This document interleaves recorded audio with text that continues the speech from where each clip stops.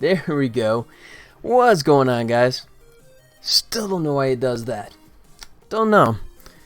It's working one minute, not the next. Anyways, what's going on, guys? I know it has been a while since I've done a proper stream. Tried to do the, whatchamacallit, the Game Jam about a week and a half ago, and I think you guys were as excited as I was. I was just having trouble staying awake. So, anyways, so back at it.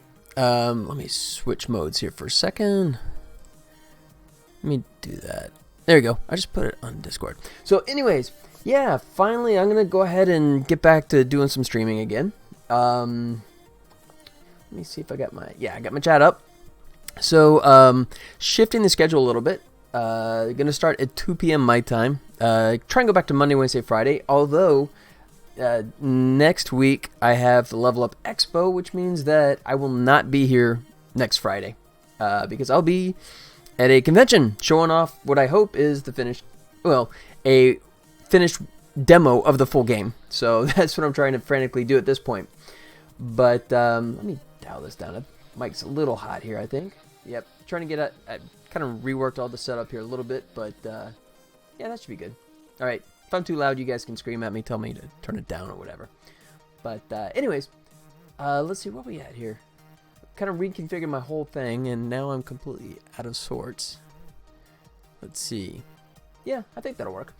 Let me switch over this way. How about this? Sorry, guys.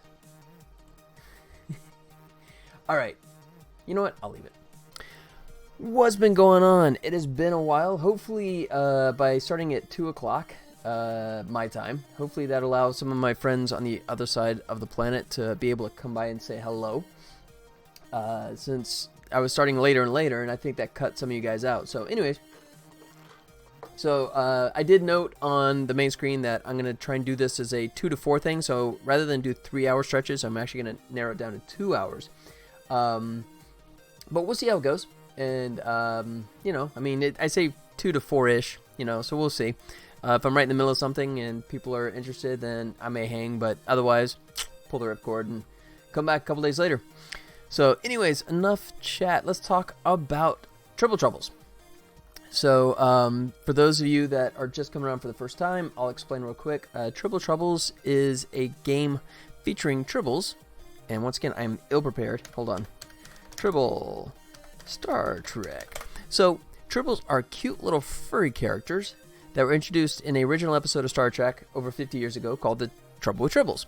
Now, generally speaking, they're cute little furry guys that have a real bad tendency of like eating all the food they find. So as a result, they're more of a pest than a pet. So my situation is I've been able to get the rights to Tribbles and Glommers, which Glommers, let's do that. Star Trek. Glommers came out of the animated series. Oh, I misspelled it, didn't I? There you go. So there was a short-lived animated Star Trek series, and Klingons genetically engineered these Glommers in an episode called More Tribbles, More Troubles, and Glommers' only purpose in life is to eat Tribbles. So I have rights to the name and likeness of Tribbles and Glommers, and I'm making a game with those two components. Everything else is pretty much made out of whole cloth, so to speak. But, so yeah, so I you know, as I've talked about before, I had this super grandiose, gigantic idea, and my business partner, the owners of the IP, basically went, no, we want simple, right? So back and forth, kind of worked things out, and then eventually we came to the idea that I was trying to explain something like Splunky or Downwell, and I said, how about like a climber kind of game like that? Because they wanted something platformish, more along the lines of more like a Pac-Man kind of thing, rather than some high-end complex game. And I finally sold them on that, and that is what we have now. Tell you what, let me just go back in. I'll go scenes. There you go. Save that. And I'll give you a quick rundown. Oops, let me turn off my hard coding here. Otherwise, it's going to break really fast. All right. But for those that are maybe checking this out for the first time, let me go full screen. So the idea is this cute little Tribble was caught on a spaceship eating their quadrichichicale, which is what Tribbles do, right? And the crew, in a fit of anger, beam him into the core of a planet whose molten core, you can see the lava down below, is actually rising up. So you're playing as the Tribble trying to climb your way to safety, and of course this is a Glommer, you know, as I showed you before, right? Those are the little guys that the Klingons genetically engineered. So you're trying to climb your way up. You can squish Glommers. So if we come up here, boop, you can land them like that, and then they'll spawn a gem. Come over here and collect that. Gems will come in later into play for things. You can either replenish your health or you can get a power-up, and the power-ups I haven't actually implemented yet. Still, that's on the to-do list. That's on my Trello, which I finally have a Trello page. For those of you that look below, you can actually see that I have a link to a Trello page now, which is an improvement, considering I've been doing everything off of a notepad before. So, I mean, just a plain old text file. So, I'm coming up in the world. Excuse me. So, yeah, so you can see like lava on the walls, that kind of stuff. I'm gonna have it. I don't have it yet. I'm gonna like refine this. This is more CBB, could be better stuff. So there's like dripping lava. Some of the levels have it, some don't. I'll go back and do a refinement pass. That'll add all that kind of fun stuff. So, and then of course the little cans of QTC. The idea is the Tribble, when he gets beamed down on the planet, he's like in a giant pile of the QTC to begin with. So as a result, the food kind of gets beamed down with him, right? So that's, oops, I just screwed up. So if you collect 10 cans, I'm up to 7, there's 8, then you get a health back. You get 1 health back. I may dial that down. I'm going to have like multiple play modes, easier and harder depending on, you know, your choice. So I may do one of those things that if you're playing on an easier level, you don't have to collect as many cans to replenish your health, which gives you a better chance and also makes the game quite honestly easier. So there you go. So I got my health back. See, and there's these bonus rooms that'll pop up occasionally, and here's where you can actually score a ton of gems really fast. But you have to be quick. You see the rooms shake like that because you see the lava is going to start rising. So it's a speed test. You got to get all the stuff, get in, grab it, and get out, like so. And then I do a little breakaway wall there to protect it because some of the levels there's lava right below, and I want to give you a chance to make sure that you're not hitting anything. Some of the other levels that you climb into don't have that. So some of the later levels actually won't have that breakable wall, which you'll see as I go along here. Like so. Boom. There you go. Move the mouse out of the way. That always distracts me. It's just a little white triangular shape, but it always annoys me. Still, there.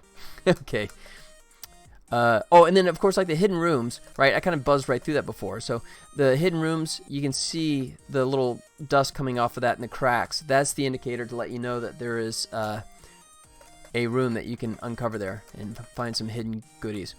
And I have about 3 different bonus rooms. I'm going to come up with some more. All going to be the same concept where you just... Oh, shoot.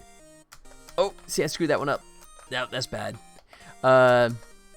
So yeah, so you're just trying to collect the gems, but each I'm gonna have like different layouts, and then as you can see, the lava continues to rise up. That prevents you from backtracking, right? It allows me to just kind of drop off some of the extra previous levels, so I don't have to keep all that data active. So, yeah, just kind of a platformer. It's not as hardcore as a Super Meat Boy or even Spelunky or anything like that. It's a little more casual. I'm gonna have a more challenging mode, for those that want the big test. There'll be ones that'll definitely kick your butt. I'm also gonna have a speedrun type mode, right? For those and that one will be a fixed, whereas this one is randomized. So the levels kind of are modular and they kind of come up randomly. With the speedrun version, that's gonna be fixed, and that'll give everyone an opportunity to kind of like play on a level playing field, hopefully, and high score tables for all that kind of stuff. The game plan is to get the game out by July, and initially for iOS, Android, and PC on Steam. I'm just on the verge of creating the wishlist page for that, but then afterwards we'll be coming out for Xbox One. I could try and do all that at the same time, but I just think that's going to be such a nightmare that I'm just going to go ahead and get the iOS, Android, and PC versions out first, make sure that that's all good and dandy, and then, because, if from what I've read, submission to Xbox, which I've gotten their blessing, by the way, so this isn't just like something that is an idea, I actually have their approval, and dev kits too, I even have the dev kits. So I want to do that, but I can't finish the game and put all the effort I need to into all those other platforms and Xbox at the same time, because Xbox, obviously the approval process is much more involved. So that is why the Xbox will probably follow a little bit later. But let me bust out my old Trello page, since I've gone to the effort to actually make one. There we go. So, and this is not by any means the to-do list. This is not everything. It's not like I finish this list and I ship. Excuse me. Quite honestly, this is just all the things that I could think of at the moment. And I'm sure I'll be adding more as I go along. But, so yeah, so initially obviously I want the game to have a cutscene.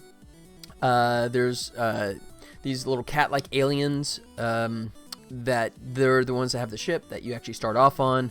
And so we have a little story set up for that. And then ultimately you climb through all these different environments. You start off in underground, like I showed you. You go into a canyon, into a jungle, and then you get inadvertently beamed back onto the ship that you started on.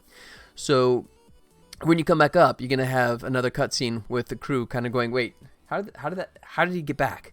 We just beamed him into the center of the planet, and he's back. How does that happen?" You know.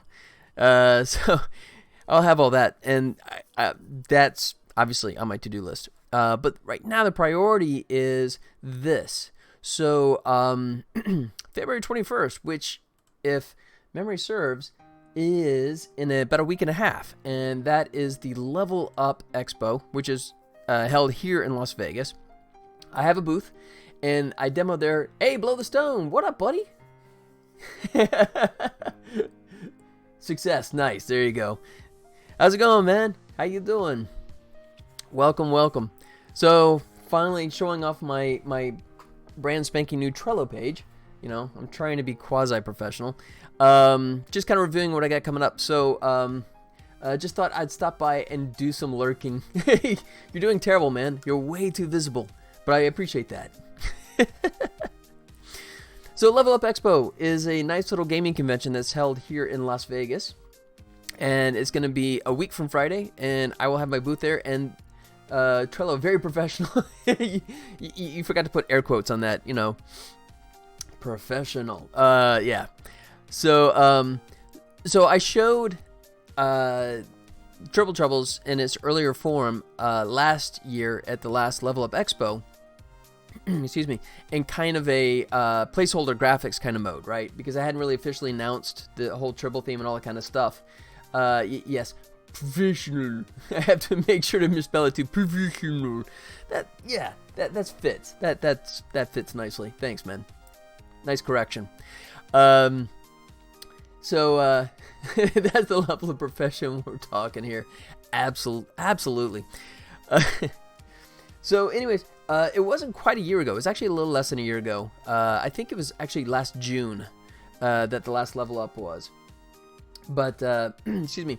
So what I'm hoping to do is by a week from Friday, is having a version that will have all 4 worlds with at least a base number of levels for everyone to plow through. Sorry I'm interrupting you like 5 times now. I'm terrible at this lurking thing. No, dude. Hey, it's nice to see that someone's actually out there and breathing. So, you know, I appreciate that, actually. How are you guys doing, by the way? What's new with you and your dwarves and everything? Tell me what's the latest. You guys, you're about 2 weeks away from kicking out the door? Yeah, man, I support you all the way. A buddy of mine and I actually have this running joke. We basically say that, you know, he was buying a condo, and he was boasting of the fact that he bought it before my wife and I actually bought our house here. And he was boasting that he was like almost done, and he was going to knock it out, and he was going to have it like, you know, done in 2 weeks.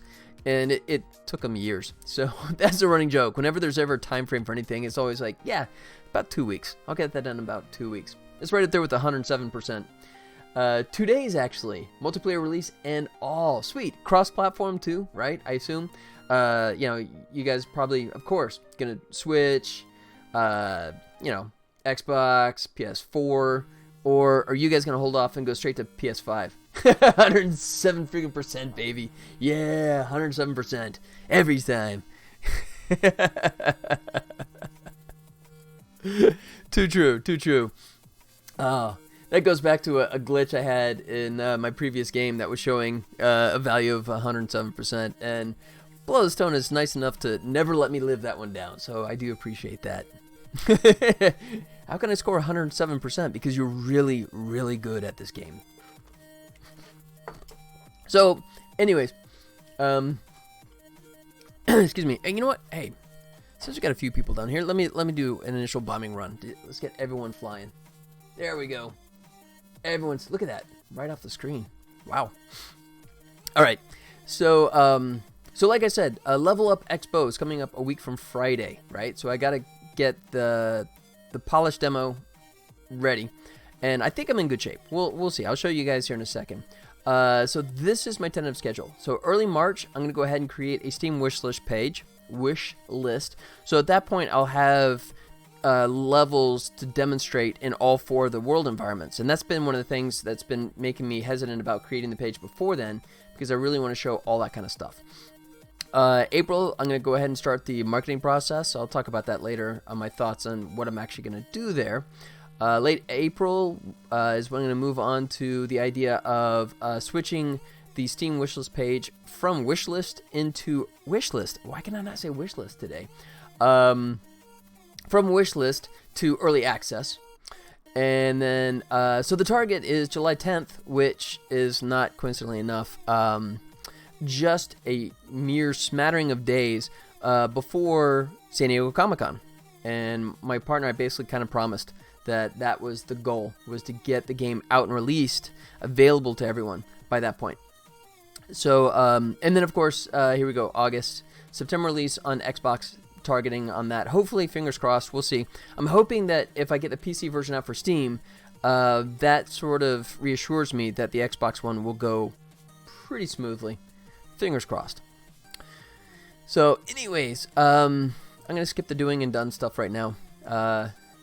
Since I am a team of 1 at the moment, doing this is just, you know, that's just for my own giggles. So, what I need to work on is, let me show you. Actually, I've completed the level editor.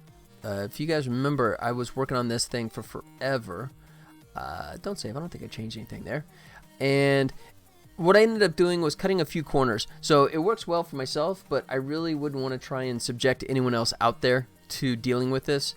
By and large, I can use just the level editor, but occasionally I'll cheat and sort of like drop back to the editor to make some minor tweaks, usually on the tiles and stuff. But so anyways, at this point now, originally when you guys saw this a while back, I had only the underground levels available to develop, but now I have canyon, jungle, and spaceship, and they're all basically plugged in. I won't swear that it's bug free, but the great thing about the level editor is when I was in the process, I was really kind of concerned that I was wasting too much time on building the editor. Nice, this is smooth. But actually, in reality, the time was well invested, because what ended up happening was, in the process, I was finding a bunch of bugs in each one of these worlds, right? That, because I had this level editor, expedited the iteration process. So, in the end, I think it was actually a very good thing. But rather than start here, I'll just go ahead and load up a level here. So, like for Canyon. So, here you go. So, this is what it looks like in the editor. Right, so then we have the sandworms, right, and then the idea here is, if you just see a square block like this, this shows the right and left range that the sandworm can travel. You have these tunnels, which allow the sandworm to actually jump from section to section. In that case, these arrows, which are controlled by the tunnels, dictate the length. So for this guy, you can see what I've done is his actual range, I pushed it way off to the side, so that way it can't sort of like it can't override a tunnel, right? So, and then I have like the transparent blocks, that's actually the cover blocks, right? And because of the level editor, the tiles are really ugly. You can see it's a lot of just the same tile over and over, but this is more or less just trying to get the look down, right? And then I do a second pass where I go back in and refine all the tiles and make it beautiful. But for right now, this works fine. Switch it back, and then you see I can drop in the pieces and that kind of stuff. So at any point I can just hit play, right? And this is an ugly version, of course. I mean, it doesn't have any kind of scrolling, right? The camera's not moving around. We're not zoomed in. It's not moving up and down. And you can see the background is really ugly, but it functions really nicely. Those animations are great. Thanks, man. I appreciate it. Thanks. I appreciate that.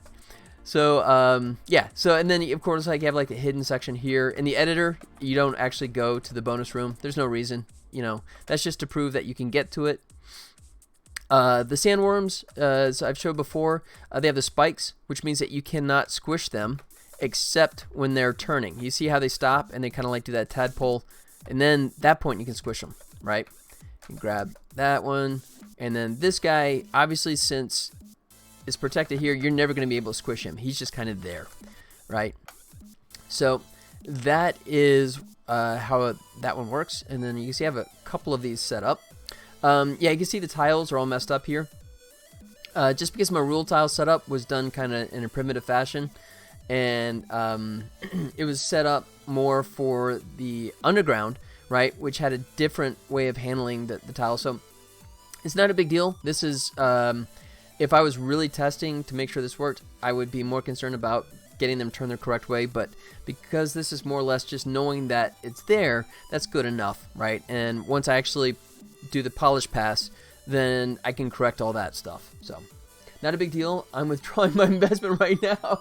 Oh no, it's already spent, man. I supersized my fries today. That your money's spent, man. Nope. Sorry, buddy. Ain't happening.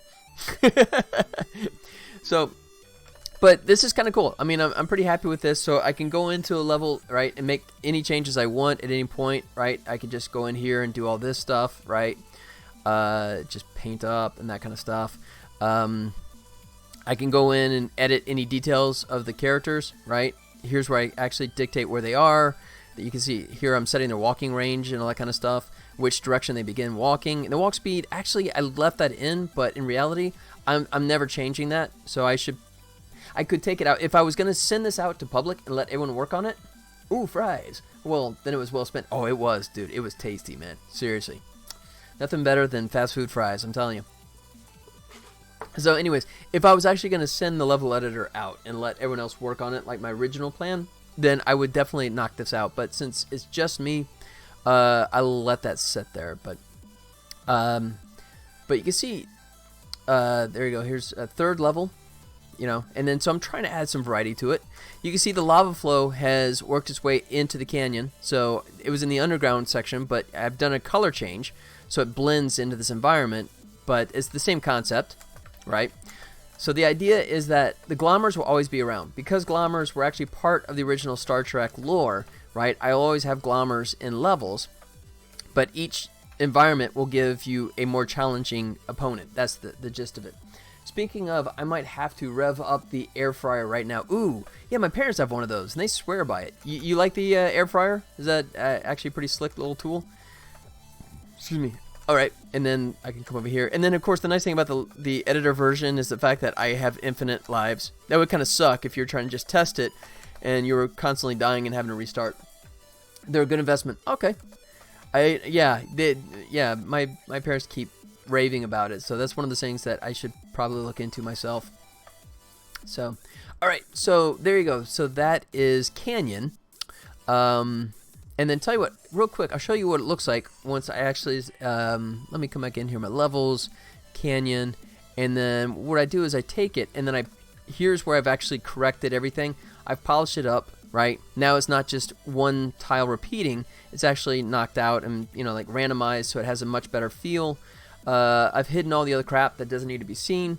This is something I need to go back and fix, is the tile, the lava tiles. Right now, that's kind of reaching all the way down. That's something I'll address here later on. I may not get it done in time for the Level Up Expo, but it'll be a graphic glitch. It really doesn't affect gameplay that much. But you can see the background has that cooler looking background tiles. So once we do this and I have this little hack here, so I can actually load up a little level, this canyon, right? And then let's go ahead and ditch the level editor in favor of, come on, it's compiling, scenes, canyon, Don't save. There. So now that I did this little hack right here, so it's going to hard code load that one level I was just showing you. And at this point, it should load it up. There you go. So you remember how ugly it looked in the level editor? You can see how it looks a lot prettier now, right?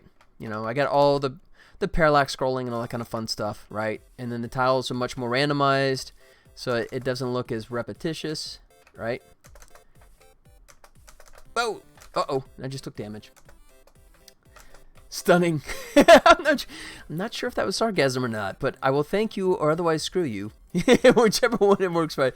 So, and then of course, the bonus room, I haven't actually set up the bonus rooms to, you know, to match the tile set right yet. So I gotta, you know, obviously it's going back to the other underground environment rather than the canyon. I mean, it looks great. Thanks, man. I appreciate that. Thank you much. Thanks. So, and then of course, I don't know if you saw it, but yeah, he was going from the other tunnel up and down. And because I hard-coded it, it's literally just repeating that same level over and over, right? So, but watch, if I go in here, he's going to, boom, he comes up to there, right? If I come back, he's going to come back in there again, right?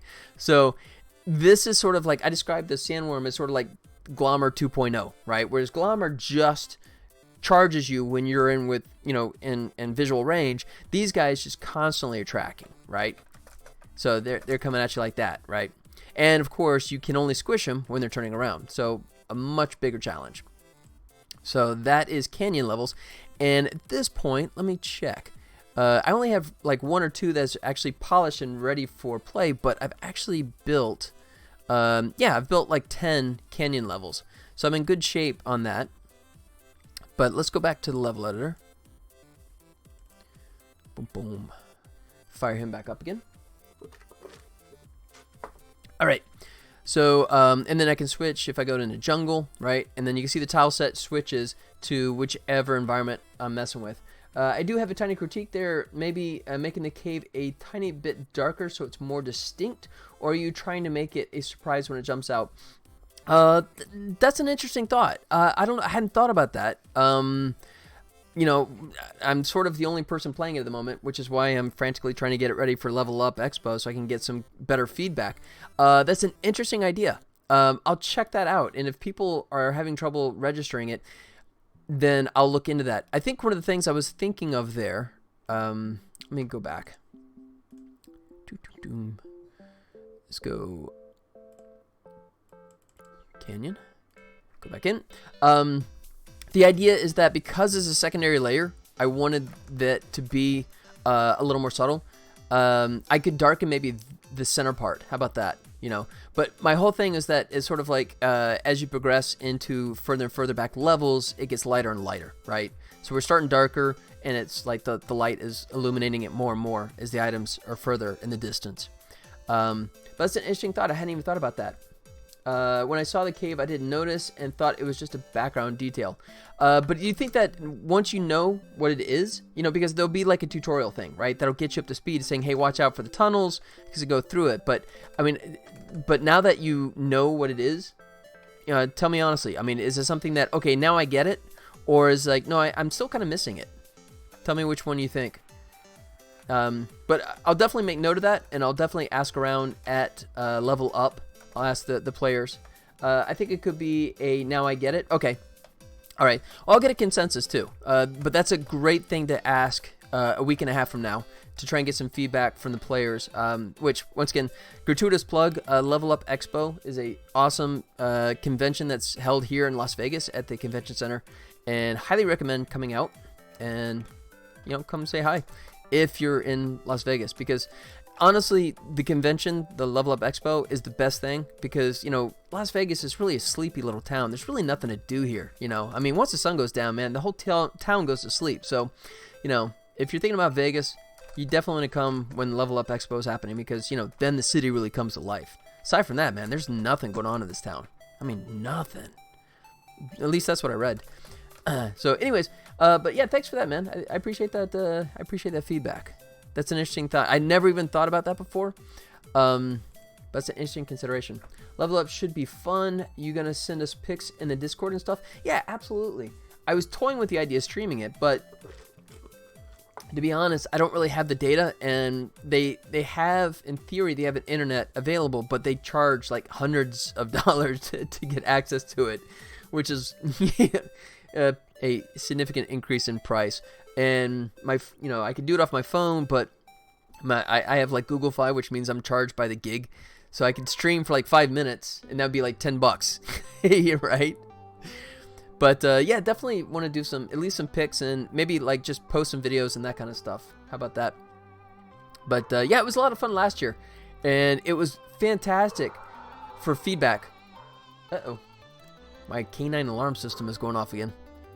That just means somebody drove by, probably. Anyways, but yeah, last year was fantastic in terms of tons and tons of feedback, and making a lot of better choices on the game.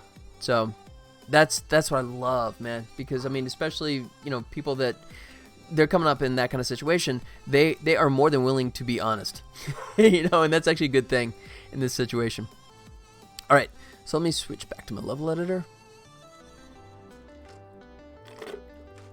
With what I said before, when I saw the rocks and stuff in the background, I didn't register it in my brain right away.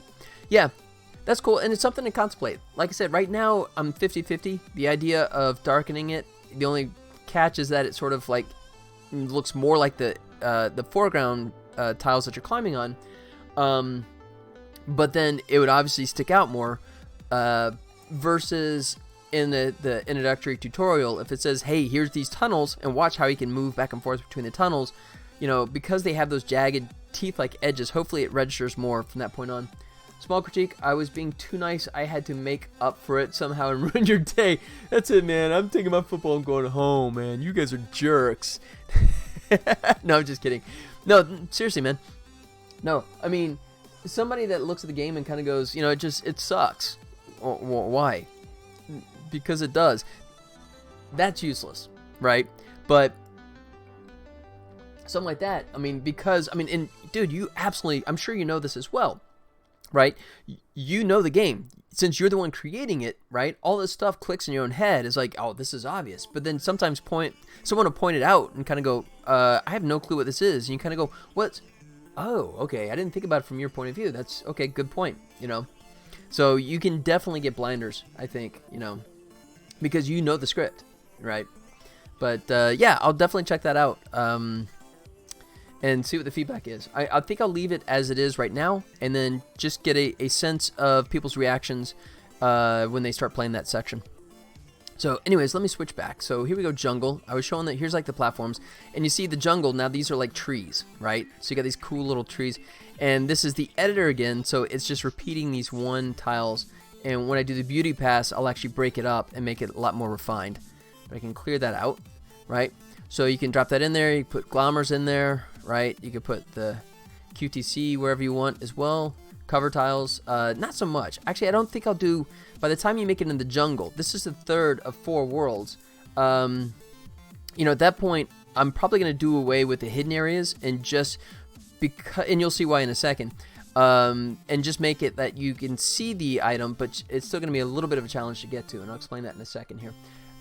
Yeah, you sort of get in a cycle, how it all works, and you never expect others to sometimes not find out. We had that a couple times, I'm sure. Yeah, I've had that plenty of times in previous games too, right?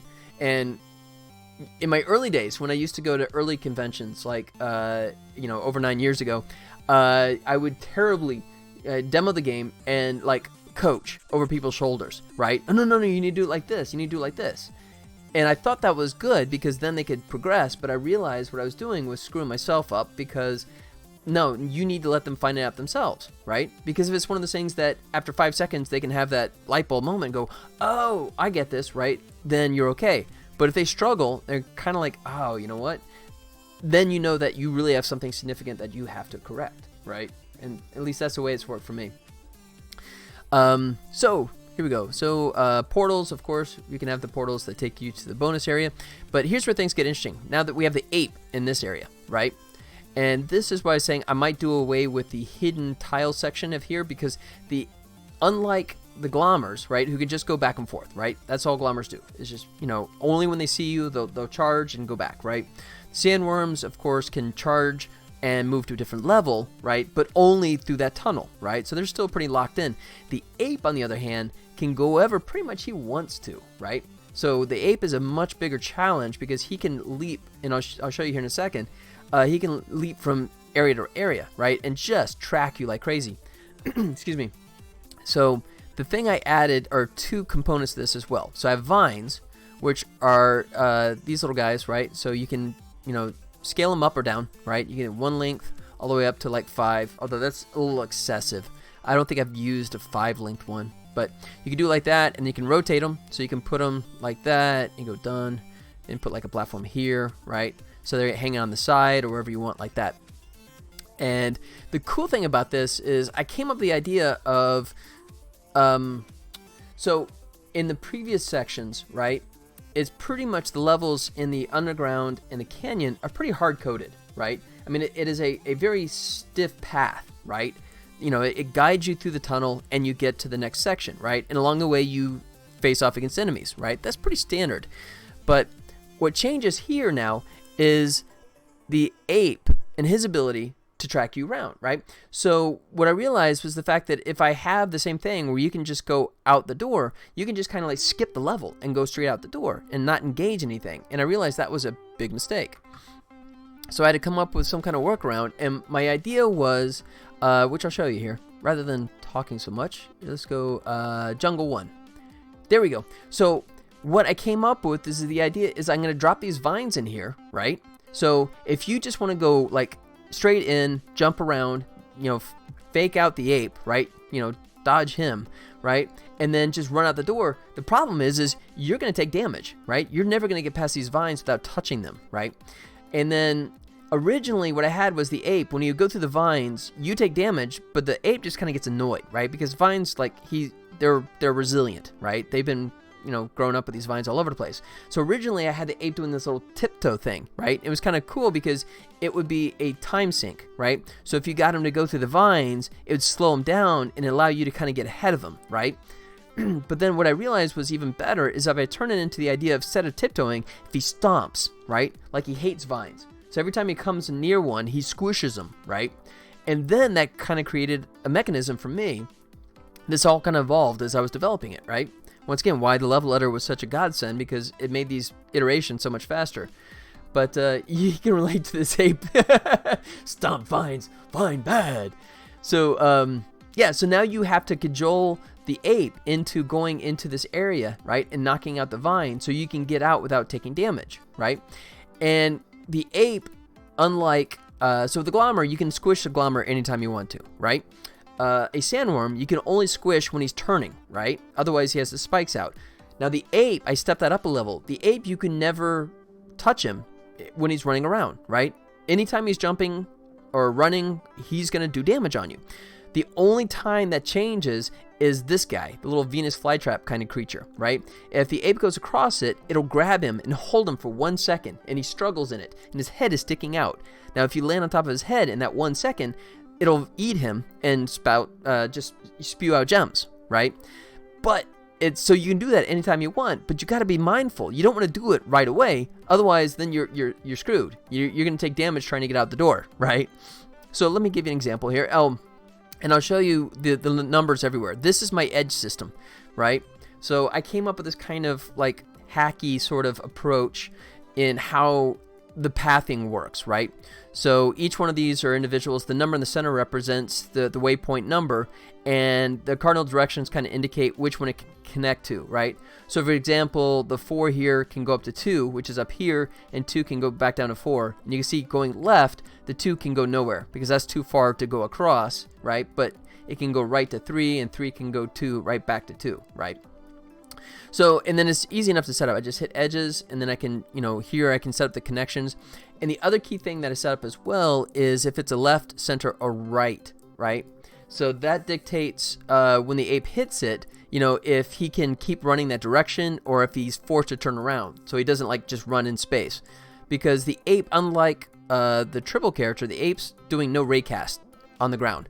I've kind of created this little system that if he ever gets past a waypoint in the wrong direction, he'll just kind of run in space, and it looks terrible, right? But I believe, knock on wood, I believe I have the fixes in there that he will not do that, right?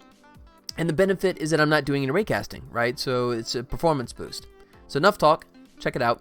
So he sits there just kind of hanging out until you start moving around, and then he starts coming. So there he is. See how he kind of gets up in there, right? Oh, shoot. And then you see how he's stomping that. So there you go. And then when he stomps a vine and he finishes it, he'll actually, when the vine is squished, it'll produce a gem, right? So that's actually an additional bonus incentive to try and get him to squish the vines like that, because it'll spawn more gems, which is always a good thing. There you go. See if I can get by him. Doesn't matter. I mean, I don't know why I'm trying to hide from him. So if you get in this little tight area, right, he can't get to you there, so it'll kind of go up top, right? So he's doing that. Boom, there. At this point now, see, you're never going to be able to reach the one on top, right? So at this point, now you can actually take him out. Bloop. There you go. And you notice the fact that normally if I touch him, I take damage, right? But the one exception, of course, is if he's eating the ape, then I give you like a 1 second invulnerability. You know, so that way you can hit it and not take the damage. Rest in peace, ape. Yeah, he had it coming. He was a jerk, you know. What did those vines ever do to him, aside from, you know, like stick him and stuff? So, yeah, so that's, this is what the level looks like in the editor. And if we come back out and go into jungle, there you go. Let's go levels, jungle, and then if I switch the hard code to that one, so that one I believe is 1LR, switch this back to jungle, hit save, wait for it to compile. Now you can actually see, you saw the kind of ugly level editor version, but this is what it looks like when I actually have it in game. So a little prettier, right? We got like the little nice, and now I got to be careful because I do have lives. Oh, so, oh shoot, I just took damage. So there, you see he squished that vine, and now I have like 8 seconds to collect the gem before it disappears. Right, I got to take this guy out of the way. Boom, like that. Come over here, let him squish these vines. There, so once he does that, I need to like kind of do a roundabout thing so I can come over here and get the gem and still stay away from him before the timer runs out. You see, these starts to flash, so I have to get it in that time frame. Otherwise, I'm going to lose out on it. I could try and, if I want to get greedy, and this is all depends on you, too. If you don't really care about the gems, oh, shoot. That was bad. Can I get him up there? Ah! I'm doing terrible there. He's not going to go up, is he? Okay. I guess I can't actually get that one. This is different than the level editor. I think I tweaked this level after the level editor. So, at this point, he serves no other purpose. So now I can go ahead and just destroy him, boom, like that, and then collect the gems. And you see he spawns 4 gems, right? So that's a big payout. So there's an incentive to actually take out the ape, where some of the ones just kind of produce a single gem. He actually produces 4. And then you can see this is the level flipped because the entrance and exit are left and right, right? So it's flipping it, and you can see it's kind of cool that it looks like a different level, but it's actually the previous level just flipped. Once I have a bunch of levels available, you won't actually see this, but the nice thing, oh crap. Okay, now I'm going to die. Let me fix this. So the cool thing is that I don't have to worry about the fact that sometimes I'm going to be short of levels because I can always take an unused level and just flop it and know that that's going to work, right? So let me take him out. Boom. Oh, here we go. Look at that. Big old gold gems. There you go. Get them before they run out. Get another health. There you go. So, and then you can see the parallax on all the stuff there. I have like multiple layers. This one actually, unlike the other ones, this one I have like the close background bush, shrub kind of stuff. And then I have these trees in the background and then another background beyond that as well, right? So this is kind of cool. There's actually 4 layers of parallax on this one. And it's, I think, the only one that actually, well, the spaceship kind of has something like that, but this one is much more distinct. So, thanks to my artist, Daniel Thomas, for doing some beautiful art and making something look really pretty there. So, alright, so let's back out. Alright, so that is jungle. And finally, let's go back. Spend more time doing the demo stuff here, but because I haven't, like, shown any of the stuff since I've been working on it all, I'll indulge. Alright, last and definitely not least is spaceship stuff. So, kind of cool. Here you go. Here's the old spaceship tiles, right? Like that. And I'll just load up a spaceship. There you go. Excuse me. Alright, so now we have our alien guy here. Excuse me. So these are the aliens that kind of catch you in the beginning and beam you down into the core of the planet.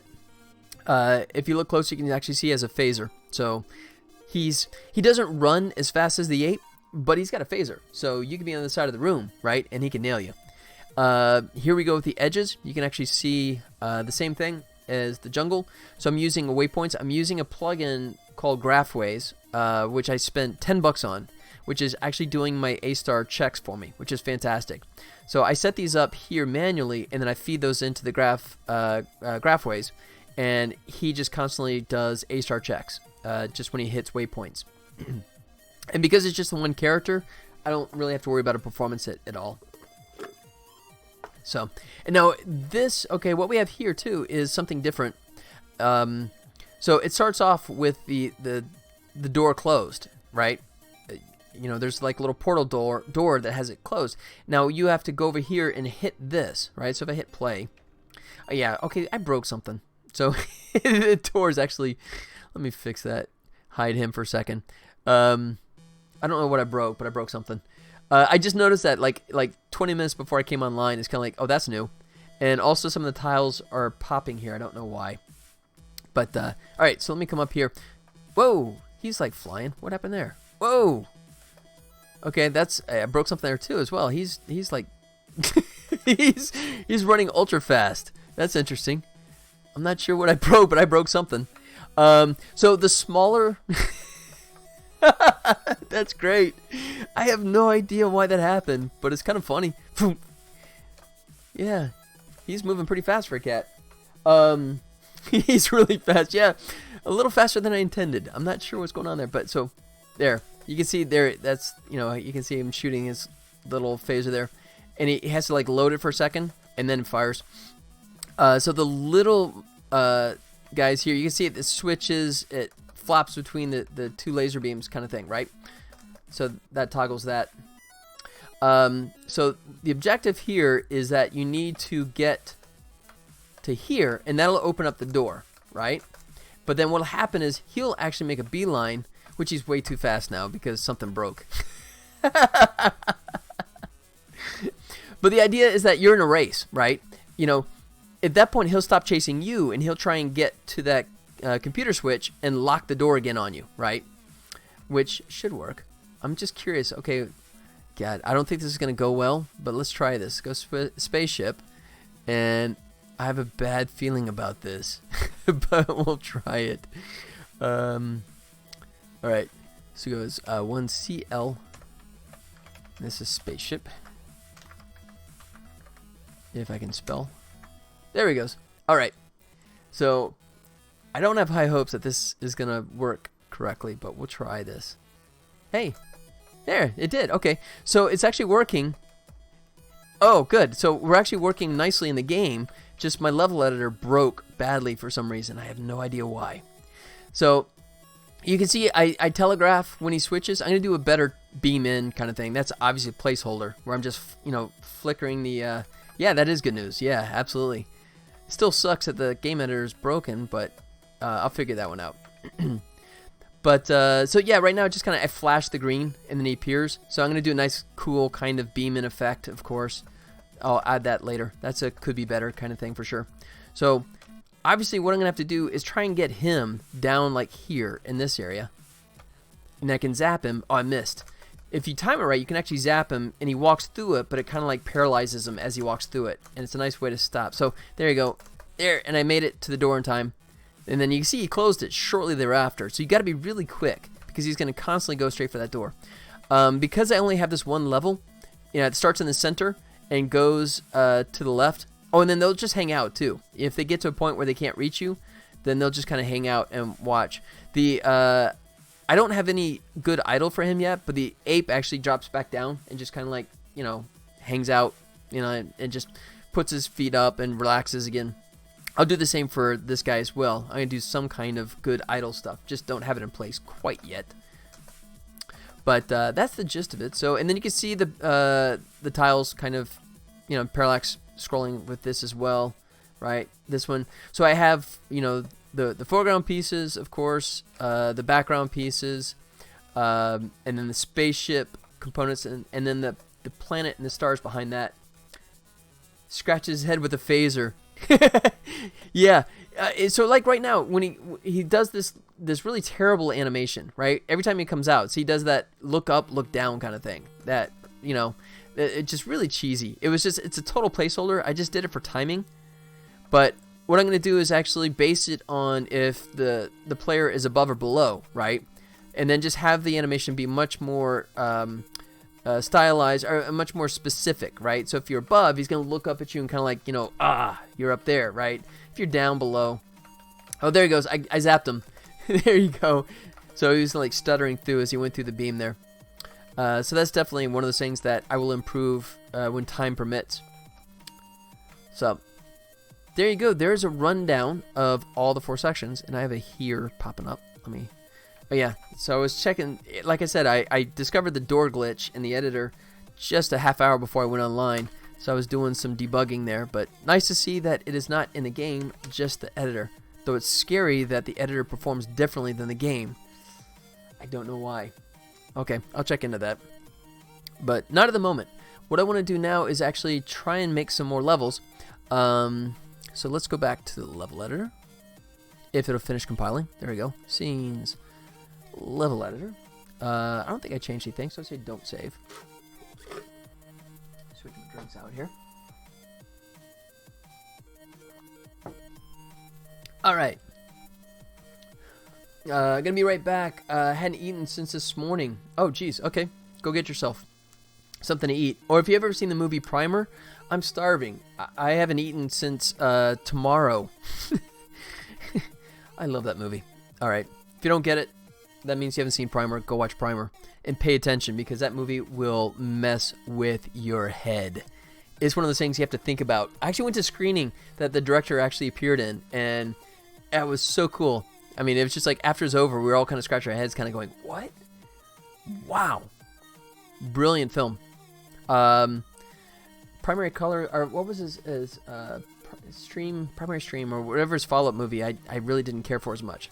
But yeah, Primer, absolutely brilliant film. I think it's on Netflix, so that's my recommendation for the day. All right, so let's take a look. I was focusing on jungle. Let's take a look real quick. I think I have like 7 jungle levels made at this point. Let's go look. Yeah, 6, 7. Yeah, so I'm gonna stroll through these. So I'm going to try and not repeat myself as much as I can. I've kind of painted myself in a corner, right? By doing this mechanism where you have to sort of like, because you understand what I'm saying though. If I do not put a vine here, right, which forces you to coerce the ape into squishing the vine, if the vine's not there, then there's nothing to stop you from just running up and then exiting right through the level instantly, right? There's no challenge. You just kind of buzz through it. I gotta work around that. So I have to have that kind of mechanic in each one of the levels. So the challenge now, and I'm 7 levels in, the challenge is to make them, and then of course I need to keep the ape up high enough so when you walk in the level you don't automatically get smashed and you got nowhere else to go, right? So that kind of dictates the exit and the entrance, that I need to give you breathing room, right, and an ability to react to the ape if he's right in your face right from the get-go. Depending on if you stroll into a level and kind of casually look around, the ape's going to be all over you, right? If you jump straight in, you'll get by him, but I gotta give you a chance so you don't feel like the game's cheating. So that kind of dictates what I can and can't do in entrance and exit. So, and still I want to keep it unique each time. So there's, that's Jungle 1, Jungle 2. You can see here when you're coming up, right, I intentionally make this so you have a couple different ways. You can go left or right, depending on which way the ape is going. You can kind of steer yourself clear, right? And then I'm going to have one plant in each one of these levels somewhere, right? And I'm trying to mix that up as best as I can. Jungle 3. This one's kind of cool. This one, you got a lot longer stretch here, right? so you can try and get around. So play this for a second. So if we come up here, you can see if you're like looking at level, you're going, oh crap, you know. So you have to be very mindful because he comes up pretty fast, and you can see he comes up and can get at you pretty quickly. And then you see what I'm doing here. Yeah. So what I need to do is, oh shoot, is get up in here because he's gonna get as close as he can, which means squishing this stuff. And you can see a little bit of that, right? So if you stay in the same area long enough, right, and he can't get at you, he will do that bit where he just kind of plants himself down and rests, like that. Excuse me, that happens briefly, but then it kind of refreshes the A-star and finds a new path to try and get closer to you, which is why he kind of does that brief little pause and then goes back. So in this case, you have that big old long vine, and you definitely want to coerce him into hitting it. And right now he just kind of like pushes through it. I'm gonna go ahead and like when he's that little attack move, which I'm gonna refine by the way, I want that to happen every time he hits the vines as well.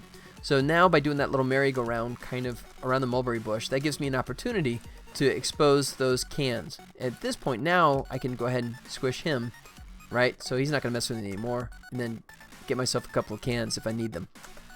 If you don't, you can bypass it and not worry about that and take out the ape sooner if you want to. And you don't have to. You know, if you want to leave the ape, they don't follow you from section to section, right? They're territorial. I explained they're territorial. In reality, it's just I don't want multiple AI opponents coming into one section because it's going to be impossible for the player. They're just going to get destroyed, which is going to make a very unfun game. So, there you go. So that's 3. Let's see, 4. And yeah, you can see the patterns here, right? I'm trying to leave these spaces in the bottom here, and then of course here, this is a center exit. So this one, I leave this gap that allows you to jump in there and hang, because if I didn't have this piece, you would have a hard time coercing the ape into running on top here, right? Because you'd hang for a second and drop down, and he'd just chase you and probably never go up to this top part. So by adding this little ridge, that allows you an opportunity to grab hold of it, and you can see the waypoints, there's nothing up in here, right? So he can't jump in here, right? That would be totally unfair, I think. But it gives you an opportunity to like rest there, and then he'll take that vine out, allowing you to get out. Another thing I did too, just something I'll point out, one thing I noticed that he would lose his mind if you'd get in a section that you're too far away from any waypoint, right? And it would, the A-star would report, I can't find a way to reach him, right? And it would sort of like make him just sit wherever he is, right? So my trick was I created these waypoints that if you look here, like, let's see, do I have, oh, maybe I don't. I thought I had this originally. I might have knocked that out because it may have been close enough in this case. But a couple of times I'll add waypoints that you can get to but can't return from, right?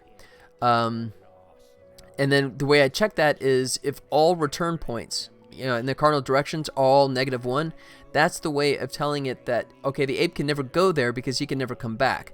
But it's a good way to get him closer and say, okay, I can go here and wait, right? So if I see if this works, see if he'll actually rest in this one. Squish him. So if I go up in here, see, there he goes. He's just like, fine, I'll wait you out, right? So, and that gives you not, ooh, but you got to be really fast because he is peppy. Let me see if I can actually get by him. So, yeah. So this is a, okay, this is a perfect example. I thought I had this fixed before, but I must have taken that out. Because now you see he's planting himself right here at that waypoint way over there, because the A-star tells him he has no way of reaching you, right? I guess I did that because I wanted an opportunity to let you choose where he rested. There. So you can get by him. Because I think I had it before. If he goes straight to that one point, sometimes that completely locks you in and you never have a chance of getting past him without ever getting hit. So here's what I was talking about. There. So now you can get him to destroy that. And if you really want the gems, you can also get him, oops, you can get him to jump up and hit this point. Come over here, buddy. There. See, he did a nice little tag on there, but it's a big vine. And the bigger the vine, the more damage he has to do on it before it actually dies. So, you can see it kind of like throw up a little green smoke there, as well as shake a bit. Come here, buddy. Like so. Come on. Okay. There he goes. Oh, but you gotta be fast. Yeah. So this one you really gotta want those gems because takes. There it goes. So that would have spawned a gem there if I wasn't a level editor. At that point now everything's clear, so now you can boom, put him away, and you're done. And you can move on to the next level. Excuse me. And it's completely up to you, right? If you want to collect everything, you know, if you're being a completionist or if you want to stock up on gems for power-ups, then you can take out as much as you want. If you're just trying to plow through as fast as you can, then you can just focus on that one vine at the top and just kind of move your way through. So hopefully giving you a little leeway in terms of dictating your own gameplay, right? That is the objective. So that's jungle 4. Come down here. Here's 5. And this one I have a little roundabout. Excuse me. And once again, you're seeing the same things. In the entrance, I'm giving lots of open space so you don't get trapped right in the beginning, which is unfortunate because it kind of ties just how much I can develop a level without, you know, making it impossible to finish. But, you know, so here we go, a vine on the way out. If you want to be super slick, excuse me, and if you're really good, you could actually get out of this level without taking that vine out, but you have to be perfect. So, you know, it's you know what, here, let me just squish this guy so I can demonstrate my point. Oh, shoot. Come here, buddy. There he goes. There. All right, now let's see if I can do this. So if I get right here, there. So you saw that's a hard jump, right? But, you know, if you want to be like a speedrunner or something like that, I'm giving you the opportunity on most of these exits to try and like, see, that one I did make it, right? So you got to be perfect like that. So I'm like 2 out of 3 on that so far. There you go. 3 out of 4. So 75% of the time I was able to get by. So if you want to buzz through the level, you can, but you got to be really good, right?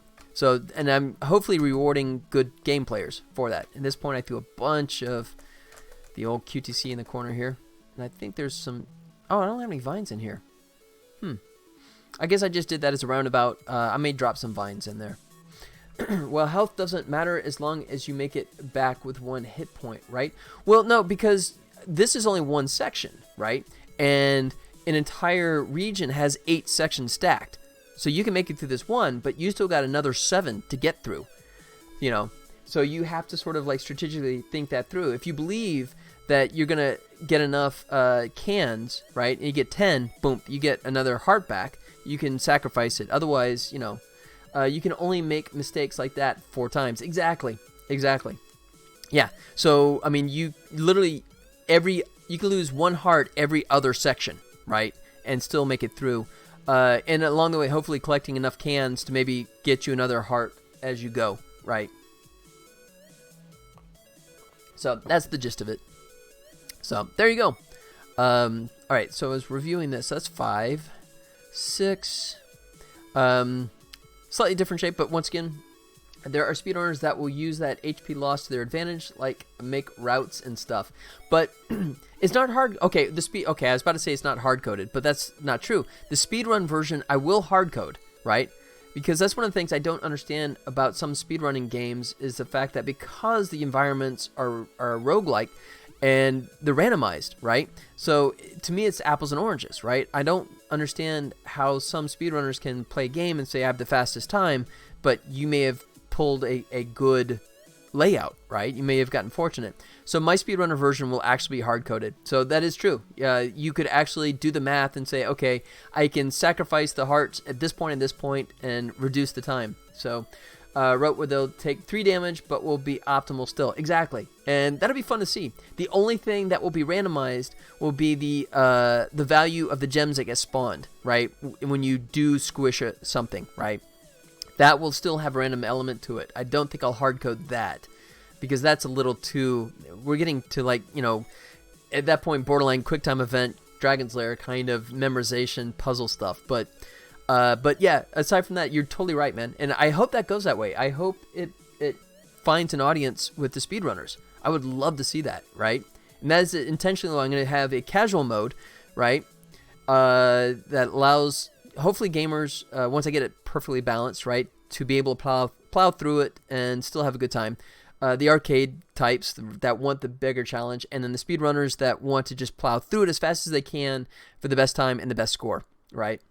So balancing that too, I have to kind of balance how I'll evaluate the scores based on time and how many things you collect. So I got to work all those details out too before July.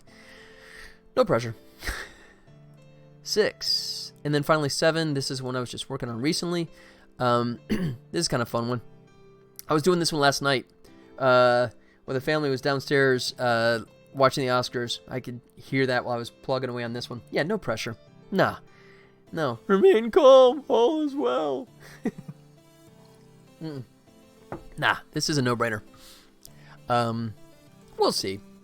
No, I feel good at least that I will have something good to show at Level Up Expo, because, I mean, this is my 7th level, right?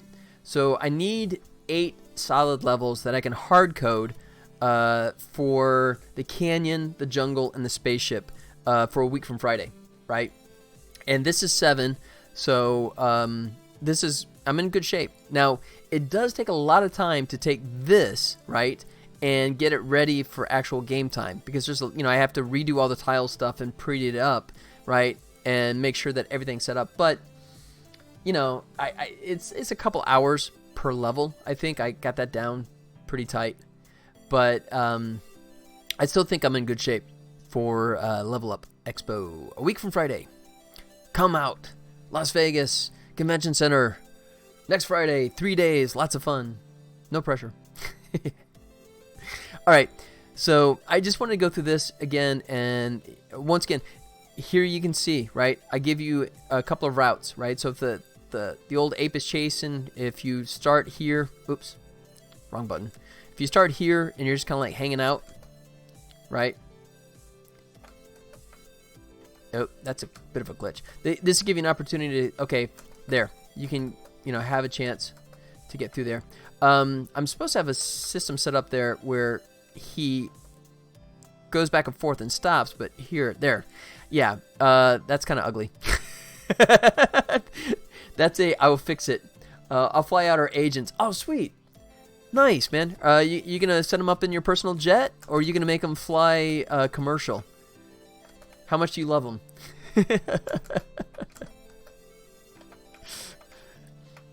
All right. But once again, you can see what I was talking about. So kind of the same scenario. A lot of open space at the bottom here, right? Hopefully some interesting stuff going on in the middle, and then the usual setup with the vine to get out the door. Let me take him out and try this one more time. Come here, buddy. There he goes. Boom. There you go. Well, the agents get their own private jet. Oh, really? Dude, you are so amazingly generous, man. You got that, the whatchamacallit, the Patreon, you got that going, so it's nice to see, we fly separate. It's nice to see where the money goes. I'm proud of you guys. That's nice. Everyone gets a jet. Everyone gets a jet. All right, so this is going to be an interesting one. See, yeah, this one I don't even know if it's even possible to get through here. Yeah, okay, you have to be super perfect. Oh, I almost did it. Nope. So I think there'll be some that you can squeak by, and some like this one that you're never going to get by unless you take them out. So, good to know. All right, so I can clear this. Actually, I can clear that, but I think what I'll do just to play safe is I'll just restart the level editor. All right, so I'm going to do number 8. So my choices for the entrance is, oops, let me switch. I'm doing jungle. Is I can have the entrance, and then the script auto detects where the hole is, right? So I can either have like a 3 on the side here, or I can have 3 on this side, or I can have 4 in the center. I did 4, and the reason I did that was because the levels do flip. So if I did a 3, then it's going to get offset, which is going to break everything. So I finally had to reluctantly make the center be 4, right? Which I'm not happy with, but, had I thought it through better. If I really would have thought it through better, I would have made it 2 from the start instead of 3. I thought 3 was good because that allowed me to, like, put lava and stuff on the edges, but In reality, in this transition between levels, I should just have made that 2, but I was way too far down the rabbit hole before I discovered that. So as a result, I've for the most part, I've not been making a lot of centerpieces. The left and the right are the better choice, I think, just because the majority of levels are going to use that. And it doesn't matter if I start on the left or right side. Gonna lurk while I eat and stuff. Hey, go eat, man. Thanks for hanging out, buddy. So it doesn't matter if I do left or right because all levels can flip, right? So I don't have to worry about, I can make all my levels start on the left side knowing that they'll always be able to be flipped. Someone take my loud lurking shift. Yeah, it'd be nice. You know, it'd be nice if someone said hello here. There's a couple people hanging out, but you know what? That's fine. I appreciate everyone just being here. So anyways, so the only real choice I have here that I have to think about, blue screen. It's always a quiet alert. What up, buddy? Long time no speak, man. I was glad to see you're here. How are things in Los Angeles? Oh, I was just there, actually. Wait, today's Monday. I was just there yesterday. I was up in the valley. I had a wedding to go to, and I also had a meeting with my Tribble partner to make sure that he was all happy with the progress, and he was. So, yay to good progress. Pretty good. Cool, man. All right, so the only thing I do have to really consider here is if he enters on the left side and exits on the right side, but even that is kind of minor because all the levels do flip. It's just one of those things that I don't want every level to be like enter one side, exit the same side. So I just sort of like try and mix it up a little bit. And then also I can modify this depending on when I start making the level. If I decide, oh, this is too bunched up here, it's better if I make it go the other way, then I'll just simply go like this and flip it like that, and I'm good to go. But we'll start with this way. So the first thing I start thinking about is, as I've talked before, is the fact that how I want to open up the space in this entrance area that allows the gamer to sort of like get through, right, when the ape's going to come and visit. The one thing that I've not been able to do, which is unfortunate, is I wanted to have like a one tile like this where the ape could land, right, and then continue on. But because of the way I designed it from the beginning, I sort of like hosed myself. He can hit a centerpiece if it's like in the center here, right? But a centerpiece that has no sides, unfortunately it breaks, and I was spending too much time trying to not let the ape escape. In the end, it was one of those things that became the proverbial old joke about, Doc, it hurts when I do this, and the doc says, don't do that. So what I've chosen is I don't have any point where the ape can land on a tile that's just one thick and can bounce off of. The other thing, too, is that the edges have to be at least one space in between them. If I put them back to back, that breaks as well. That's something I could address, but because of where I am in terms of time, it's easier to make my levels not do that versus to spend more time on the code. Once again, if I were putting this out there for everyone else to make levels, I would have to worry about that making it compatible, but since it's just me doing the levels right now, I'm just making it where it's like, okay, you have to do it this way. So, alright, oops, I didn't mean to make an edge there. Let's do platforms. So I'm going to just draw this out a little bit, maybe let him come in this way. Let's see, that's 4 across. I'll make it 3 across here, and then maybe like that, and then let's see, let's try this. I'm gonna lop this off, so, and then at any point I can fire it up, right? So this is a good way just to test just even initial layout, just to see if this is going in the right direction. And this is why the time I spent on the level editor was time well spent, because I can easily go back in. Excuse me. Whereas, if you guys remember ages ago, when I was going back into the tile and customizing this by hand, it was just took forever. So this is much faster. So I felt like do a QTC right in there, maybe. Let's see. Let's try. Let's go back in here. Let's do something. Let's think. If we do a drop down here, maybe drop down there. Oops. Gonna make it so we can get by there. So it has to be 2. Once again, another thing that in hindsight it would have been better. It would have been nice if the tile height and the Tribble height sort of lined up, because right now you can see there's a gap there, right? So he's like 1.5, right? So there's not enough room for him to actually jump on anybody, but there's a lot of room. It's nice that the enemies that are taller can squeeze through there, but you know, in hindsight, I wish I would have thought that through more. But it just felt like the right size at the time. Minor gripe. All right, so let's do this. What do I want to do here? I'm just thinking. Oops. Like that, and obviously there'd be a wall on both sides, so you could just sort of like imagine walls there, so I could wall climb on there.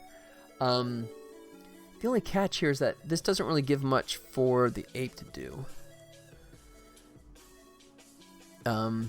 He's not going to be able to jump up in here, because I intentionally did not let him hang on the sides of walls, because I wanted you to have the advantage of being able to climb the wall sides and not him. Otherwise, you would never have a chance, right? The game would be just way too stupid hard.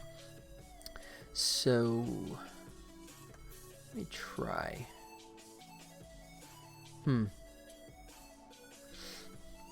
Let's see.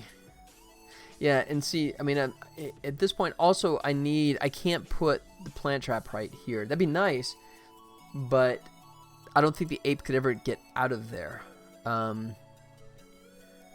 So that's really not an option. Yeah, that's ugly. So, once again, I'm coming up against the limitations of my initial design. You know, I didn't plan for each world to be as distinct as it was. You know, I just kind of casually tossed out the ideas, and it seemed like all the levels would adapt nicely, but obviously I've learned the hard way that that's not necessarily the case. All right, so in that case, let's do something like this. Let's make it more like a, how about this?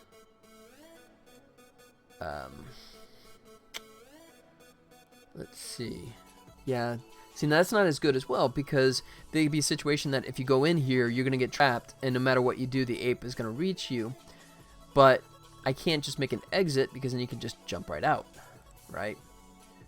So these are the challenges I've been facing. Yeah. Because this isn't much of a concern, because you can just kind of go either way through, which not necessarily a terrible thing, because this limits the ape, right? I don't, let's see, yeah, no. Yeah, so this is the process I'm going through now. Let's see, how about, let's try this. Let's tighten this up and make it kind of like that, and then maybe like that. And another thing I have to be mindful of too is where the ape can jump. I need overlap, right? So he can jump down. I don't want it to be straight down, because the jumps kind of look funky. Ideally, it's nice if the landing point here and the point here is at least a couple separated tiles, so that makes the jump look cleaner. What I can do here is this one, he can jump down, right, all the way down, but he can't jump back up. That's too high to jump. So that means he's going to have to go jump, jump, jump, which is kind of interesting. That's not terrible. Let me think about that. And then I can't put a plant trap here, because you see it's too tight. The Tribble could never actually squish him there. And I can't put it here, because if the plant trap and the waypoint are like in contact, that just breaks. So once again, crappy programming for the loss. Woohoo! If time were not a factor, I would definitely improve that. But that is a Tribble Trouble 2 feature. How about that? All right. Okay, so then he won't go well there. Let's see where else we can. I guess we could put him up here. Put him up there. And you know what? Actually, we can extend this like that. That's kind of cool. I'm going to do that, and then what I can do is grab him and just move them over one. So I have that ability. I think I can actually, you know what? I think I can actually keep it tight and just have one on either side. My thought process there is that the less I extend it, the more I can actually do stuff over here as well. This, of course, is going to be the obligatory kind of exit here with a vine here. And I'll stretch it out like so. Maybe even make it one more larger. Like that. Yeah. So, and yeah, so you gotta, get the ape to knock that out for you. Otherwise, you're not gonna get out without taking a bit of damage. And let me see. First thing I gotta find out is if I can actually clear that plant trap here. Yeah, no, that's not good. Yeah, for plant trap, there has to be a 4 tile space. Otherwise, you're never going to be able to clear that without taking the damage, right? And so if you ever get in here, you'd be trapped because you're going to take damage because you can't get by him. So that is not viable. So I need that to be 4. Tell you what, let's take Mr. Plant Trap. Move him here. Done. And see what we can do with this. Like so. Alright, that's probably going to be too close to the wall.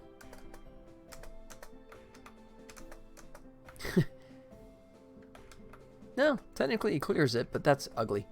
And that's too tight. So, extend that one more. Tell you what, we're going to shrink this by 1. Get rid of the QTC. I'll drop those later. And then, oops. Let go of the QTC. Maybe do like that. I guess I can leave that the whole length. That'd be interesting. So what I can do now is take Mr. Plant Trap. If I can get him selected, move him over 1. Like that. It's still a little tight. I remember I was talking about before is I like this to be 2 tiles in length. It just makes the ape jump look better. When he jumps like this, because I'm using a 1 jump motion and I'm modifying it on the fly, rather than doing a whole bunch of different animations, because there could be a range in terms of height and length, I'm trying to do it in a modular fashion. And it's fine unless it gets a little too extremely vertical like this. So, if we extend that. So, and this is the trial and error I'm going through. Let's see, I want to leave that. I was thinking about making a gap in the center, but then that's going to make that too small, and it's going to scoop the waypoints. Not an option. So, another roundabout kind of thing going on here, as you can see, right? But not necessarily a terrible thing. Let's see. Yeah, I'll leave that for the time being. So let's see what else we can do here. So come over here. Yeah, I can clear that nicely now.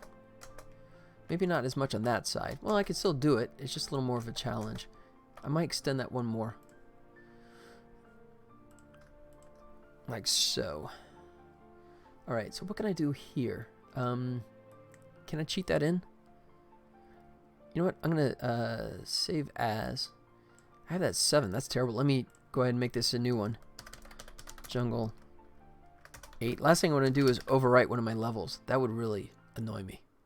There. Cool. Alright. So if we up in here, we can do that. Yeah, but I really can't get in here well. So that's bad. That's why I did one before where it was just, he was 1 block in thickness. And of course, once I do the beauty pass and I clean this up, he'll actually connect to the wall over here. And I save all the time in case I screw something up, I can go back. Oof. Alright. Yeesh. Yeah, okay. It's tight, but it's doable. That one's still a little tight. There. Alright. So we play level. So you can see the kind of trial error I'm going through. It's not just a matter of just dropping the pieces in, right? It's also making sure that the gameplay is solid right from the start. Yes, that's not really happy about that. Let me just kill him. I wanted to put a piece there so I could maybe do something interesting up in that area. What I could do maybe is if I put a vine up in here. Let's see. Oh, and I have a bug too that I have to, if I rotate him and then I stretch his length, it breaks. So I gotta make sure that he's flat before I do the rotation. And just too lazy to fix that one. So that's probably gonna be too tight. What I'm thinking is I want to make something that is a challenge to you, right? But there's just something interesting going on there. So I don't know if the ape, if he gets in there, if he's gonna hit that when he jumps across. Probably not, because he's probably gonna jump straight down. So that's kind of pointless, except for the fact that it's just gonna mess with you. Alright, so if I go like that. Oof, yeah. That's a little challenging. You gotta do that. You can make it, but you gotta be perfect. Ugh. Alright. I don't know. How hard do I want to make this? That's kind of punishing. Maybe I'll just change his length. So, I gotta rotate him and then shrink him. And then put him back. Save.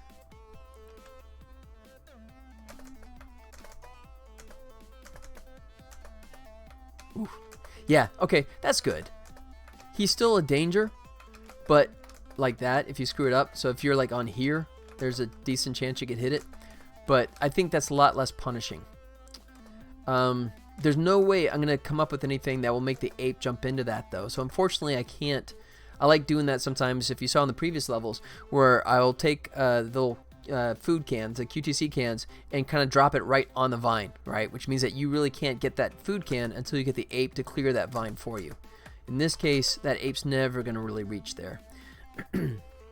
Alright, that's not bad.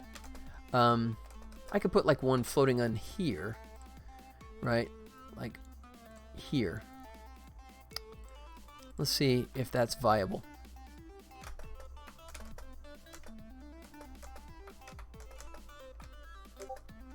Oop, yeah. That's a challenge. Alright, someone sent me on Discord. Let me see what's going on over there. Oh, no. Nope. That's just another stone announcing that they're doing something. Oh, no. Oh, sorry, that's, nope. Sorry, that's wrong. That's the IGB. Indie game business. Alright. Nope. Does not pertain to me at the moment, so switch back. Alright. Shiny keys.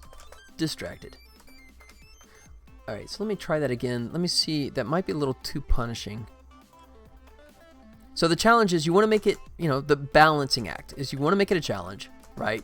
So you feel like the gamer's really earning it, but at the same time you also don't want to make it a nightmare. So like here, I'm having a hard time getting that without actually smacking it every time. So I think that QT is a little unfair. So I'll put him here. How about that? Now, that might be too easy now. So that's the balance. Let's see. Nope. No, that's still a challenge. Okay. Good. That's what I wanted. Alright. Bounce. Oh, there it is. Good. Good. So yeah, if you do a normal one, you could do like that. But if you're going after that QTC, you got to really play it right. Cool. I like that. Alright. Hit save again, just because I can. Alright, so I'm pretty good with this area. What I could do is maybe throw a vine on the wall here. Yeah, let me do this. I'm going to clear out a space, make that 3, so you can still get by this. And this will give you something, if you're trying to collect gems, I'll make this, rotate vine, move them there. Good.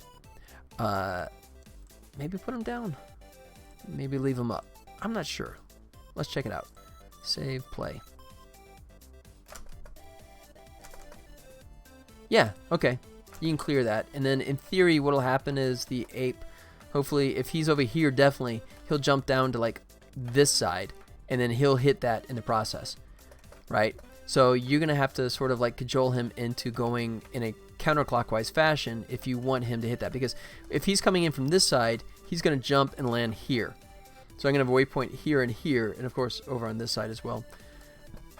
Excuse me. All right. And then that one is good. Yep. And like I said, I open space here, so if the ape is coming in when you're starting the level, you're not trapped. That's the key thing that I got to be really mindful of. Even this might be a little annoying. I might just clean that off. Maybe let it go up a little bit, but yeah. All right. So I'm going to duck out for a second for a quick restroom break, but hang tight, guys, and I'll be right back.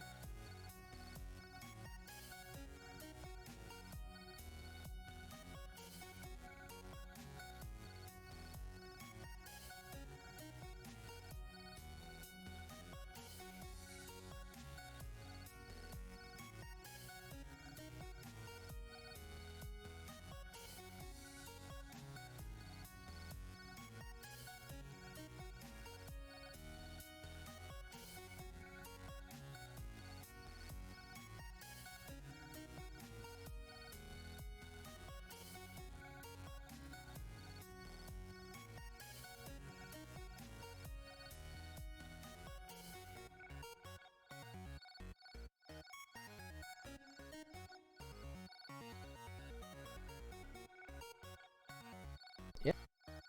Yes. Why? Why is it with Streamlabs? Streamlabs has something against my little snowball here, right? If I go away, mute it, come back, unmuting it doesn't actually make it work. I have to unplug and replug. It's been doing that since, I don't know, since I started, but you know what? I'd complain except for the fact Streamlabs is free, so, you know, I'm not going to complain. Except for what I just did. Okay. So, we're good for this section, right? I think this will work pretty well. I may tweak it once I get the ape running around in here. But this is okay. I got to do some fun stuff with this area now, right? So I got this big old hole, and I got to figure out how to make it engaging for you, but also the ape, make it so the ape can navigate it okay. So let's start off with, how about something like this? Boom. Like so. That's kind of interesting. I'm going to throw a big old vine on here. So what's cool about this is that you can grab on the wall on this side, but not on one. So you're not going to be able to grab hold here, right? You're going to bounce and drop. Here you can grab. So that's kind of a interesting take on it. And then I'll make this long enough that it's threatening, but also not reach all the way across, so you should be able to get across yourself if you're not stupid. There he goes. Yeah, that's kind of cool. Yeah, so like I was talking, you can see I'm jumping in there, but I can't grab, right? And this side, because it's 2, there, I can grab. So that's kind of a cute little bit. And you have this tight space. If you want to jump, you got to make sure you time your jump right. Otherwise, you're going to hit the wall and drop like that. So it's not a bad idea. I could really make it annoying by throwing some tree stuff up here, but that might be a bit much.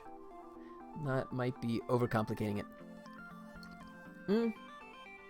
Let's see. If I jump. Yeah, I'm scraping the top. So, and I have to double jump to get by him. So for a moment I was thinking it's like maybe put a vine up here on the ceiling, but no, that's going to be impossible. That is just going to make people pissed. So, not an option. Not an option. It's me just trying to fill up all the space, of course. I have all that terrain. I want to make sure there's something interesting going on there. So here, okay. The only catch here now, I hate to say this is not going well because I have no way to get the ape from here down here because that's a straight drop, and that's out of the question. And then, as I mentioned before, the 1, it needs to be 3, otherwise that's gonna fall apart on me. So, okay, so let's try this. I need this to actually have some thickness, like so, which means I need to shrink this, like so. And we'll take the vine, which is still a good idea, but let's shrink them down. And the cool thing, so I do this, I might be able to buy myself an opportunity to stick something in there, just to be a jerk. So if we put one like right here, like so, oof, jeez, that might be nasty. Let's see, is that too nasty? Did I just turn it into a jerk level? Let's see. Okay, yeah, I can still get in there. Alright, so I can double jump. Oof, yeah, it's tight, but you can double jump. You just have to be really cautious. Really cautious, okay. That's, okay. I'm 50-50 right now. I did it 4 times and I hit it twice. Ooh! Uh-oh. This is the way kind of I do a quick test. If I do it like a bunch and I can't at least get it like 60-70% of the time, then I don't think it's a good idea. So, yeah, I think that's a little too much of a jerk move there. Maybe if we put it in the center, I don't think that's going to save it, but we'll try. Because I like having something up there. You know, it's one of those pieces that you know the ape's never going to hit, so you know it's never going to pay you any dividends in terms of gems, but yeah, that's just, you got to be really careful. You have to do 1 jump, drop, and then do the 2nd jump. Yeah. And when you're getting chased by an ape, I don't think you're gonna be like thinking that through too well. Crap, I like that, but I think that might be a little too hard. Alright, maybe if I just nudge him over to the right. I don't want to lose him completely. No, that's gonna be too tight there. Sorry, buddy, you die. There. Crap. Trial and error, man. Trial and error. Okay. It still looks a little sparse. I'd like to do something before I drop the ape in here. But maybe not. Let's see. I think this is going to be good enough for the ape to be able to get through here. Ooh, that's a little tight. Yeah. Crap. Crap. Alright, I need that. Okay. Alright. Kind of falling apart on me a little bit here. Let's try it this way.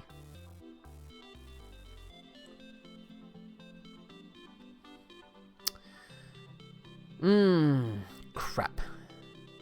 So the reason I extended this is because I needed that to be 3. As I mentioned before, I need a horizontal piece to be 3 for the waypoints, my waypoint system, to not break with the ape. Otherwise, he can sort of like kind of freak out. And it was too tight there. And then this is okay, but now I kind of got this. Let's see. Don't know. Maybe if I put a vine down there, you know, because I mean, once you go in there, you got to make sure the ape's nowhere near you, or he's dead. Because if you go in there, you're trapped, and ape's hitting you. I'm bouncing off that edge. Crap. Ugh. Alright, so that's all fine. Oh, actually I took damage on him. I might push him down because I'm hitting him a little too easily there. Yeah. Alright. Yep. Because I hit him like 3 times in a row there. That's a sign. So let me rotate him around, shrink him, and then put him back. Maybe put him like right there. I could put him on the ground. How does that play? Oops. So I'm coming this way. Yeah, that's not that big a deal. You know what? Maybe even put one on either side. How about that? Oops. He thinks I'm trying to modify that one. Oh, he still thinks I'm trying. Okay, really? Stupid. There he goes. All right. Like right there. Nope. I don't think I'm gonna get away with this. I don't think that's gonna work. Let's see. No. You know what? Take it back. That's okay. Whoops. I scraped him that time. It's a bit of a tight squeeze. Let's see. Yeah. I think I can live with that. It just means that you gotta be, well, okay, I hit him that time. Yeah, it just means you gotta be sure that you're coming out early. But jungle is the 3rd environment. So at this point, I have no qualms with making the levels tougher because at this point, you're 75% into the game. So, you know, we're not hand-holding anymore. Wow, yeah, that QTC is definitely a challenge. I think you gotta hit the QTC from the other direction. I think that's the idea there. If you try and jump off that platform and grab the QTC, I think you're gonna land right either into the vine or the trap. Oh, you can do it that way. That works too. Yep. Okay, good. There. That's what the pro players will do. Just like that. Okay. So I think we're okay now. I think we might be ready to bring in the ape. You see, I'm kind of hesitant. Because in order to get the ape up and running, I have to put all the edges and the connections in.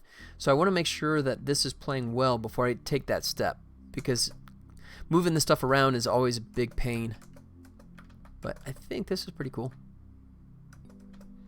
Yep, okay. So let me hit save again. Alright, so I'll start with the edges.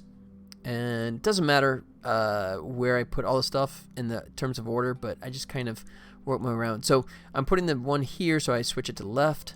I put one here, and I make him right because he's the left edge and the right edge of the platform. And then I do a connection and connect. So those guys now have a connection, so the ape can hit one, and he'll know that the waypoint will work the other way. Do 2, 3, connect these guys. Like so. Now in this case, also come back and connect up and connect down. I originally had it where I connected one and automatically reciprocated and did the other direction, but I kind of decided to make it more manual because there will be one-way passages, and I thought it'd be easier just to do it this way. Don't know if that was a smarter move, but it's kind of the way it's set now. All right, connect these. And you can see how this is a bit of a time sink, which is a good explanation of why I wait. You know, that's why I spend so much time jumping through the levels before I drop the ape in, because, you know, you can understand that doing this a bunch of times and resetting all these things is not fun. All right, and then of course I forget one of these, then the ape goes squirrely. For the longest time, I thought I had bad code, but it turned out I was just kind of screwing up. Oh, shoot, that's really shallow. Okay, let's see.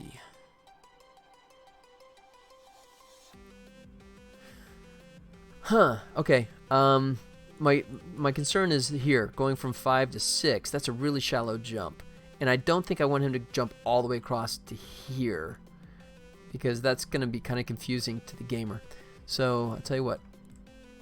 We'll do this. We'll move it over one. Take these edges, and I will nudge both of them. Like so. Hopefully that'll be okay. Connect. And then connect up. They're good. Okay. Yeah. Save. Save early, save often. Left side. Right side. And then do connection. I always forget one of these connections, invariably. And I think I was mentioning that before, is the fact that for the longest time I thought I had bad code on the ape, and it turned out that I was just missing a connection somewhere.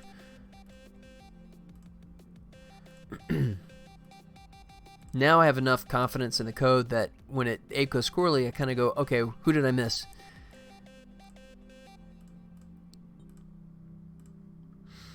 Alright, and then shoot. Yeah, I guess I'll drop them down. Like so. The biggest culprit is when I forget to change from center to one of the sides. That's usually the one that bites me. Connect. Good. Here we go. Connect. Up. Not pretty. This is obviously not very user-friendly, but it does work. I would have to do a lot of cleanup and hand-holding, I think, to make it truly user-friendly if I was to put this out for everyone else to make levels with. It's something I could maybe revisit in the future, but right now, no. Alright, so this is one of the other things I'm kind of kicking myself over. I'll show you here in a second. So right, connect this one, connect this one. So I limited each waypoint to 4 cardinal directions, right? Which at the time seemed like a fine idea, because if you can go up, here's where you can go up, right? If you go left or right, this is where you can go. But as you can see, here's the problem, is 14, right? He can either go to 11 or he can either go to 16, right? And I didn't have 2 choices in any one cardinal direction because I didn't want the headache of the code of trying to figure that out. So as a stopgap measure, I just sort of limited myself, which obviously it hurts it, but I mean, one thing I could do to fix that is, and this is kind of a hack, but what I do is I connect it to the side, right? And the downside there is he's going to do a leap across motion, and the animation is going to look kind of funky. Now this is something that it's going to look bad, but it's one of those things that I can fix in the future, hopefully. So then I'm going to switch this one to up. He's going to go to 16, right? So yeah, so the jump up animation, he does the big arms up and grabs and then leaps up. The across is more of just going from gap, you know, jumping across a gap. So this one from 14 going up to 11, the animation is going to look kind of squirrely, but it's something that once again, I'm going to chalk up to, I will figure that out later. So he's good. Connect. And one of the other things I'm also limited on is I have to start the ape up high, right? If I put the ape like right here, you know, the player's hosed, because as soon as you come into this area, it triggers him to come to life, and he's going to be all over you, right? So I have to sort of like push him further away right from the get-go. But this one I might be able to put him over in this area. A lot of times I'll stick him way up at the top, but this one I might see if I can get him over here. Let me double check. Okay, yeah, see I'm missing this one. Connect. Connect those guys. And then there's nothing connecting these guys across yet. Do that. Okay, he's there. He can actually go down. So this one, I may just like not make that connection. So he has to, if he wants to jump from here up to there, he's gonna have to go up and over. Up and over. But that's a 1. Not great.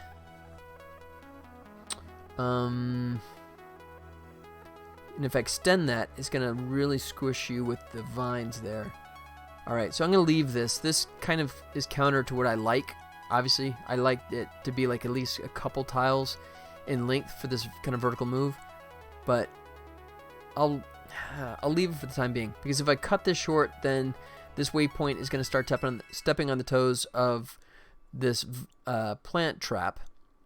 So I'll just kind of leave this, and if I hate it, I'll come back and tweak. Alright, double check. He isn't connected to him yet. That's good. Alright, 9, 10. He's not connected to him. Alright, I believe that's everybody now. Obviously there's no left or right here because that's too big of a gap. And he can go up, he can go down. Okay, save. Let's go ahead and add the 8. I'll put him in here. That should be a good starting point. Save. Alright, let's see what kind of monstrosity we got here. Boom, he takes that one right away.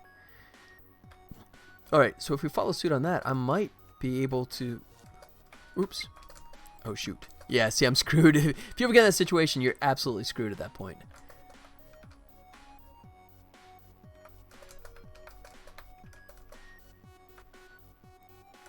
Okay, don't take him out yet because I still need him to come up here.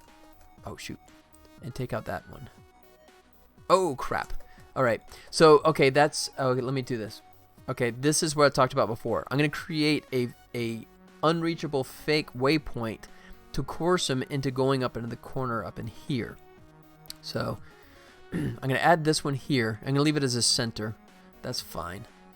And what I'm going to do is tell the connection points, or I click on himself, right? So all the connection points are -1, which is the flag to indicate that he can't go that direction, right? So what happens is now if I take this guy and I say connect to 18, so this will tell the A star that he can come to here, right? And what will happen is the ape will come to this point and he'll say, hey, I can go to 18, but oh, 18 says he's all -1, which means that it's a trick to get him closer to the player without coming to this one instead. Does that make sense? Maybe. I'll show it in action. So now, hopefully, when I come up in here, what should happen is he comes up and see, instead of coming below me, now he's coming up to that one. And once he's done that, because I'm sitting still, now he's going into the, okay, I can't reach him, I can't get any closer to where I am right now, right? The waypoint says this is as close as I can get, but he's not moving. So in that case, fine, I'll wait him out. And he's going to sit there until I come to life again, and then he comes back. Oh, you jerk. There you go. Squish him. All right, can you hit that one? Yes, you can. Sweet. So I could rack up a lot of gems there. There's no way I can hit that one, but at this point, boom, there. So I'd still have those little stutter steps. You see him occasionally going into rest mode for a fraction of a second and then comes back to life when he shouldn't. I don't like that, but that's something that I'm going to try and address later on. Not for the push, for the demo in a week and a half. That one I'm just going to say, yeah, I know it's there. I know. But that's pretty good. I think we're okay here. Actually, I think we're okay enough that I may do this. I didn't see him jump up or down on this one, but remember I was talking about I hate that one space tile jump. So done, save, play. Let me see. Oh crap. Yikes. Yeah, I was doomed. I'm doing terrible. I'd be losing all kinds of hearts this time. Oh, you know what? That doesn't work. Nope, nope, nope. Alright. I take it back. It was a good idea. Alright. So in that case, let me figure out exactly how bad that looks. Come here, jerk. There you go, buddy. Ooh, why did he jump at the wrong space there? He was low on the branch there for some reason. I think it's because he was doing an attack on me. Oh shoot, there's no contact anymore. Okay, that happens in the editor sometimes. It's when I'm switching modes, the colliders, they're turning on and off. Sometimes they kind of get out of sync. But easy enough to fix. Alright, so what I really want to see is what it looks like when he jumps. That's not that bad. How about going up? How does that look? No, you know what? That doesn't bug me that much. I'm actually okay with that. Alright. So, I guess what I'm saying is I will come back here to that one and save, and I will mark that done for the time being. There you go. Alright. And look at that, right at 4 o'clock. I did not time it that way, but it was good timing. I think I may wind down at this point, unless someone's got something to add. You know, someone wants to tell me something interesting. Otherwise, I may stop down and go do other stuff, and then come back and make more levels. But yeah, I like this new time frame, the 2 to 4 thing. This is gonna work okay for me, I think. Especially now that I'm just banging out these levels. So, you know, I mean that actually. Okay, so I spent good 45-50 minutes kind of reviewing and kind of bringing you guys up to speed on what the editor's like. So that was a little over what, an hour and 15 minutes to get this level put together. That's not bad. It's gonna get harder, of course, you know, as I start running out of options and ideas and trying desperately not to repeat myself. But at least for the moment, I think we're okay. And then just as a side note, when I go to the beauty pass, instead of having this stick out, I'll probably like curve this, which I can't do right now. If it was like a multi-piece, then I could do a curve. But because this was the platform stuff was originally designed with the underground, and the underground I never designed to be 1 tile thick, which was just stupid. I know. Once again, hindsight 2020. But as a result, I can't actually hit the control and click on it and then create an edge like I can like that. That's just something I'll manually correct in the Beauty Pass version. But, yep, I'm okay with this one. This is kind of fun. I'll play it one more time here. Let me try this.